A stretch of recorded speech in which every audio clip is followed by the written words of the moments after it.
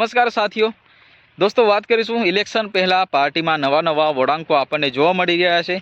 મિત્રો વાત કરીએ તો છોટાઉદેપુર જિલ્લામાં આ વખતે કંઈ નવું જોવા મળવાનું છે, કારણ કે આમ આદમી પાર્ટી અને ભારતીય જનતા પાર્ટી ફૂલ જોશમાં અત્યારે કામ કરી રહી છે। કારણ કે સ્થાનિક સ્વરાજ્યનું ઇલેક્શન હવે ટૂંક જ સમયમાં આવી રહ્યું છે। એ પહેલાં આમ આદમી પાર્ટી અને ભારતીય જનતા પાર્ટી બંને પાર્ટીની ખૂબ મોટી ટક્કર રહેવાની છે। કોંગ્રેસ તો હવે બાજુમાં રહી, કારણ કે કોંગ્રેસ અત્યારે પ્રચાર પ્રસાર એમનો ડીમ ચાલી રહ્યો છે, પરંતુ આ વખતે આમ આદમી પાર્ટી અને ભારતીય જનતા પાર્ટીનો એ ટક્કર એટલા માટે રહેવાની છે, કારણ કે ભારતીય જનતા પાર્ટીના ગઢમાં હવે આમ આદમી પાર્ટીનો એમ કહેવાય કે પગ પેસાર કરવામાં આવ્યો છે। અને ક્યાંક ને ક્યાંક ચેતર વસાવા એ વિસ્તારમાં અનેક જે પાર્ટી દ્વારા જે મિટિંગો યોજવામાં આવી, મિટિંગો દરમિયાન ભારતીય જનતા પાર્ટી કરતાં આમ આદમી પાર્ટીની જે ભીડ છે એ વધુ જોવા મળી। મિત્રો વાત કરીએ તો જે છોટાઉદેપુર જિલ્લામાં આમ આદમી પાર્ટીનો એમ દબદબો અત્યારે ખૂબ જોશમાં ચાલી રહ્યો છે, કારણ કે એ વિસ્તારમાં જે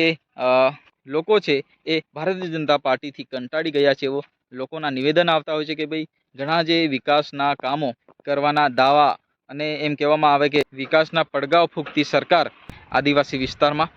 વર્ષોથી પડતર પ્રશ્નો હજુ સુધી હલ ન કરી શકી। હવે અમે ભારતીય જનતા પાર્ટીને વોટ આપીને થાકી ગયા છે। હવે આ પાર્ટી અમે આ વિસ્તારમાંથી ભગાવવા અને આમ આદમી પાર્ટી આ વિસ્તારમાં અમે મજબૂત કરવા માટે તમામ જે તૈયારીઓ કરીશું એવું લોકો જણાવી રહ્યા છે। મિત્રો વાત કરીએ તો આમ આદમી પાર્ટી પણ હવે જે છોટાઉદેપુર જિલ્લા માટે હવે ખાસ ખૂબ જોશમાં કામ કરી રહી છે, કારણ કે આમ આદમી પાર્ટી હવે છોટાઉદેપુર જિલ્લામાં એટલે કે ભારતીય જનતા પાર્ટીના ગઢમાં પગ પેસારો કરી નાખ્યો છે। હવે કેજરીવાલની પાર્ટી એટલે આમ આદમી પાર્ટી છોટાઉદેપુર જિલ્લામાં હવે એમ કહેવામાં કે ખૂબ જોશમાં પ્રચાર પ્રસાર કરી રહી છે, અને ક્યાંક ને ક્યાંક લોકો પણ આમ આદમી પાર્ટીમાં જોડાઈ રહ્યા છે। મિત્રો, સ્થાનિક સ્વરાજ્યનું ઇલેક્શન પહેલાં જે લોકો છે એ નવા જે નિવેદનો આપતા હોય છે કે ભાઈ અમુક જે નેતાઓ છે આમ આદમી પાર્ટીના નારાજ થઈને ભારતીય જનતા પાર્ટીમાં જોડાતા હોય છે, અને ક્યાંક ને ક્યાંક ભારતીય જનતા પાર્ટીના નેતાઓ આમ આદમી પાર્ટીમાં એમ કહીને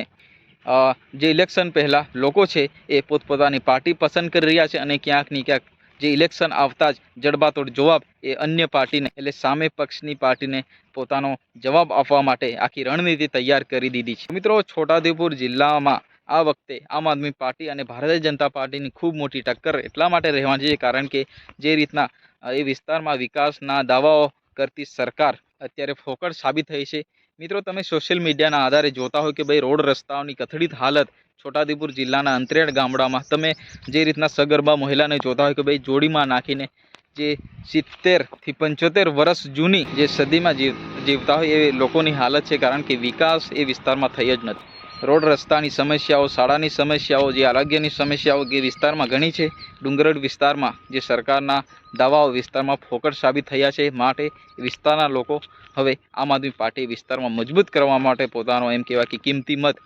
આમ આદમી પાર્ટીને આપવાના છે, એવું જે રાજેશ રાઠવા જણાવી રહ્યા છે કે રાજેશ રાઠવાનું નિવેદન આવ્યું, નિવેદન પરથી આપણે કહી શકીએ ભાઈ આ વિસ્તારમાં નિવેદન કરીને લોકો કંટાળી ગયા છે। હવે આખી પાર્ટી આખી સત્તા બદલી નાખવાના છે, કારણ કે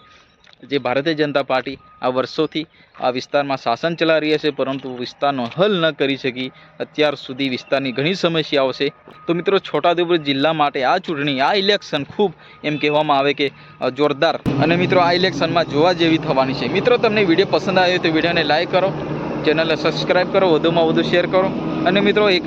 લાઈક તો ઠોકીને જજો આપણી વિડીયો પર, કારણ કે આપણે જે વિડીયો લાવતા હોઈએ છીએ નવા વિડીયો કંઈક ને કંઈક નવું શીખવા માટે। તો મિત્રો, કોમેન્ટ કરીને ચેનલને સબસ્ક્રાઈબ કરી નાખો। ફરી મળીએ નેક્સ્ટ વિડીયોમાં, ત્યાં સુધી જય હિન્દ, વંદે